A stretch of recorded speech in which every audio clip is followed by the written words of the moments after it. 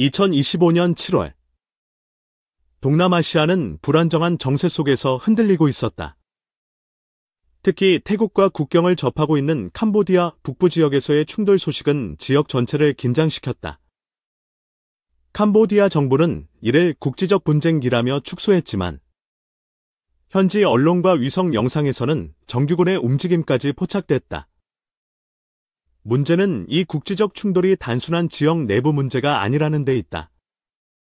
태국과 캄보디아 사이의 갈등은 수십 년간 뿌리 깊게 존재해왔고 이번 사태는 그 뇌관에 다시 불이 붙은 셈이다. 그러나 이번에는 전과 달리 국제사회의 반응이 빠르고 무기 거래와 군사협력이 동시에 움직이기 시작했다. 그 중심에는 놀랍게도 한국이 있었다. 한국방위사업청은 최근 KF-21 보라매를 태국에 긴급 제안한 것으로 알려졌다. 공개된 정보에 따르면 KF-21 한 대당 제한 가격은 무려 1,000억 원. 이는 F-50이나 F-16V보다도 훨씬 높은 수준이며 한국형 전투기의 위상을 과시하겠다는 의지가 엿보인다. 하지만 단순한 가격 경쟁이 아니었다. 한국은 KF-21의 양산 일정까지 앞당겨서 즉시 인도 가능기라는 조건까지 걸었다.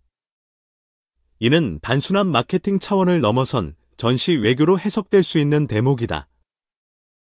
한편 같은 시기 태국 공군은 캠프 지역에 KGB를 탑재한 K방폭격 훈련을 실시했다는 소식이 퍼져나갔다.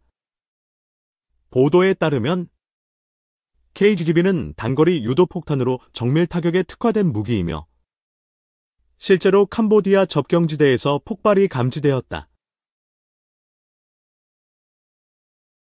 공식적으로는 훈련이라고 발표됐지만 그 지역에서의 민간인 이탈과 통신 두절은 단순한 훈련 이상의 긴장감을 도대체 무슨 있다. 일이 벌어지고 있는 걸까?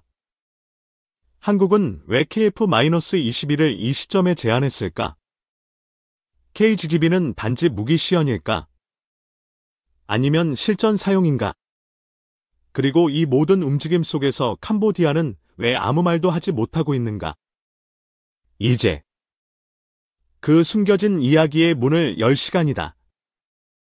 KF-21 보라매 한국의 차세대 전투기로서 수년간의 개발 끝에 드디어 양산체제에 돌입한 무기다. 그동안 필리핀, 말레이시아, 폴란드 등 여러 나라에서 관심을 보였지만 가격과 인도 일정 문제로 실제 계약까지 이어지지 못했다. 그러던 중 태국 정부가 갑작스럽게 긴급 수입 요청서를 한국방위사업청에 전달했다는 소식이 전해졌다. 배경에는 캄보디아와의 군사적 충돌 가능성이 급격히 높아진 것이 있었고 태국은 조속한 전력 강화가 절실했다. 한국은 이 기회를 포착했다. 그들은 태국에 정식으로 KF-21 사대를 먼저 제안했고 추가로 최대 16대까지 확장 가능하다는 옵션을 내걸었다. 놀라운 것은 한 대당 제한 가격이 1,000억 원 수준으로 책정됐다는 점이다. 일부 군사 전문가들은 이 가격이 실전 배치와 맞바꾼 긴급 프리미엄이라고 평가했다. 즉, 평시였다면 도저히 성립될 수 없는 조건이라는 것이다. 그렇다면 왜 태국은 이처럼 비싼 조건을 받아들이려 하는가? 여기에는 단순한 무기 거래를 넘는 복합적인 이해관계가 숨어 있다. 우선 미국이나 유럽 주요 방산업체들이 정치적 이유로 무기 수출을 제한하거나 지연하는 상황에서 한국은 비교적 정치적 중립성을 갖춘 안전한 공급처로 여겨진다. 특히 KF-21은 기술 이전이나 공동운영 면에서 유연성을 제공하며 인도까지의 시간도 단축할 수 있다. 더욱이 태국은 이미 F-50을 도입한 바 있어 한국산 무기 운용에 대한 경험과 신뢰가 쌓여 있다. KF-21을 도입하면 기존 인프라를 그대로 활용할 수 있다는 점에서 비용 효율성도 무시할 수 없다. 하지만 그 이면에는 군사적 존재감에 과실하는 전략적 의도도 깔려 있다. 태국은 현재 동남아 내에서 싱가포르, 베트남과 함께 군사적 영향력을 주도하고자 한다. KF-21을 실전 배치한다는 것은 단순한 전력 보강이 아니라 동남아 내에서 차세대 전투기를 운용하는 최초의 국가라는 상징성을 가진다. 한국 역시 이 부분을 놓치지 않았다. 단순한 판매가 아니라 전략적 동반자 관계 구축이라는 외교적 카드까지 함께 제시한 것이다. 이처럼 KF-21 제안은 돈의 문제가 아니었다. 이것은 무기를 통한 외교, 그리고 전장을 둘러싼 심리전의 일환이었다. 문제는 이 모든 제안이 전투기 그 자체보다 더 빠르게 움직이고 있었다는 점이다. KGB, 즉 커리언 GPS 가이디드 밟는 한국이 독자 개발한 정밀 유도 폭탄이다.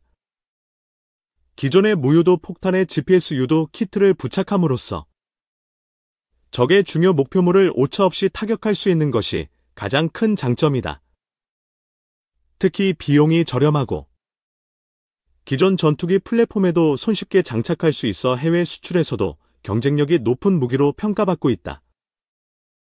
최근 태국 공군이 실시한 폭격 훈련에서 이 KGB가 실전 투입되었다는 정보가 외신을 통해 확산되기 시작했다.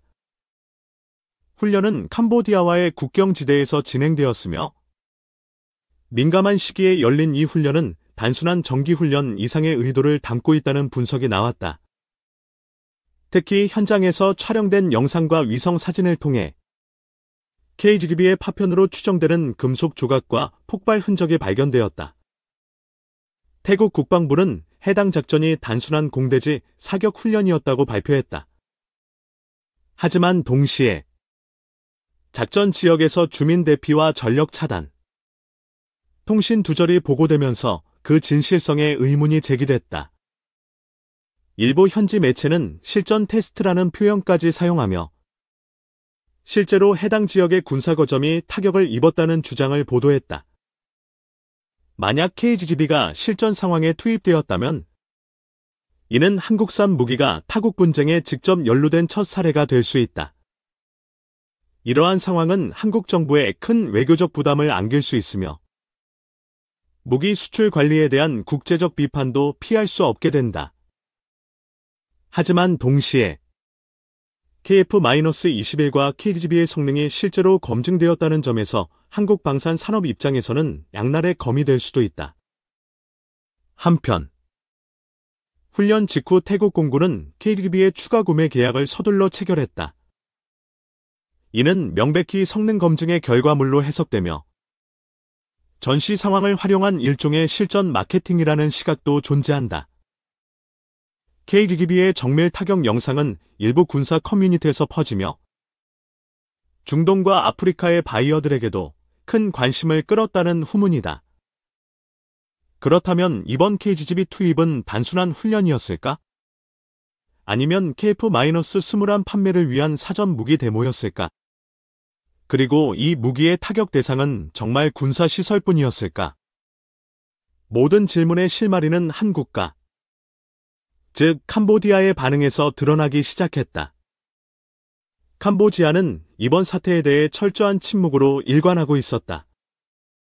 KGB가 투하된 것으로 의심되는 지역에서는 최소한 2곳 이상의 폭발 흔적이 발견되었고 민간인 이주가 급속히 늘어났다. 그러나 캄보디아 정부는 이를 단순 재해 대비 훈련이라고 설명하며 사실상 모든 군사적 해석을 부인했다. 이 같은 침묵은 오히려 국제사회의 의심을 키우는 결과를 낳았다. 유엔 동남아 분쟁감시단은 독자적으로 위성 사진을 분석해 해당 지역에서 실제 폭격에 준하는 열신호가 감지되었다고 발표했다. 이는 단순 훈련이나 자연재해로는 설명이 불가능한 강도였다. 일부 외신은 캄보디아가 외부 무력에 의해 공격받았으나 보복을 피하기 위해 고의로 침묵하고 있다는 주장을 제기하기에 이르렀다. 더욱이 캄보디아 내 정치권에서는 내부적으로 심각한 균열이 나타나고 있었다. 국방부 고위 관계자는 익명을 전제로 일부 국경 초소가 명확히 파괴되었으며 전자 감시 장비가 꺼졌다고 밝혔다. 하지만 총리실은 이를 극구 부인하며 언론의 관련 보도를 자제해달라는 요청까지 했다. 그 결과 국가 차원에서의 명확한 입장 없이 불안만 증폭되고 있는 상황이다. 캄보디아 국민들 사이에서는 태국이 한국산 무기로 우리를 시험하고 있다는 불안감이 확산되고 있다. SNS와 온라인 커뮤니티에서는 한국 제품 불매 운동까지 거론되며 외교 관계 악화를 우려하는 목소리도 늘고 있다. 실제로 캄보디아 외교부는 한국 대사관을 통해 KF-21과 KGB 관련 모든 무기 거래의 투명성 보장을 요구한 것으로 알려졌다. 하지만 반응은 캄보디아에만 그치지 않았다. 인도네시아, 필리핀, 베트남 등 KF-21 도입을 고려 중인 국가들에서도 이번 사태에 대해 관심이 높아지고 있다. 일부는 KF-21이 실제 전장에서 어떤 위력을 가지는지 간접적으로 확인할 수 있었다며 긍정적으로 평가했고, 일부는 한국이 무기 수출 과정에서 지나치게 공격적인 전략을 쓰고 있다는 우려를 나타냈다. 무기의 힘은 기술력에서 끝나지 않는다. 그것은 정보와 이미지, 그리고 감정의 전장에서 더욱 큰 영향을 발휘한다. KF-21과 KGB가 동남아에서 불러온 반응은 단순한 판매가 아니라 각국의 지정학적 입장을 송두리째 흔들고 있었다. KF-21과 KGB의 동시 등장, 그리고 동남아 긴급 제한. 이것은 단순한 무기 수출이 아니었다. 한국은 명확히 방산 외교의 새로운 국면에 진입했다. 이제 한국은 단순한 제조국이 아니라 무기를 통해 외교와 안보 구도를 설계하는 주체가 되어가고 있다. 방위사업청 내부 보고서에 따르면 KF-21은 개발 단계부터 수출형 플랫폼으로 설계되었다. 이는 미국의 F-35나 프랑스의 라팔처럼 무기 그 자체가 외교 카드가 되는 구조다. 한국은 이 구조를 최대한 활용해 군사적으로 긴장 상태에 있는 국가들을 겨냥해 제안을 타진해왔다. 그리고 이번 태국 사태는 그 전략의 결정판이라 할 수 있다. 무기 수출은 막대한 수익을 가져온다. KF-21 한 대가 1,000억 원이라면 단 20대만 판매해도 2조 원 규모의 계약이다. 여기에 부품, 정비, 운용 교육, 실탄 패키지까지 포함하면 실제 수익은 더욱 커진다. 방위산업은 국내 일자리 창출과 기술 투자, 해외 군사 협력의 확대까지 연결되는 국가 성장 엔진 역할을 한다. 그러나 모든 외교는 대가를 요구한다. KF-21이 투입된 지역에서 만약 민간 피해가 발생하거나 해당 무기가 제3국 분쟁에 오용될 경우 한국은 도의적 책임에서 자유로울 수 없다.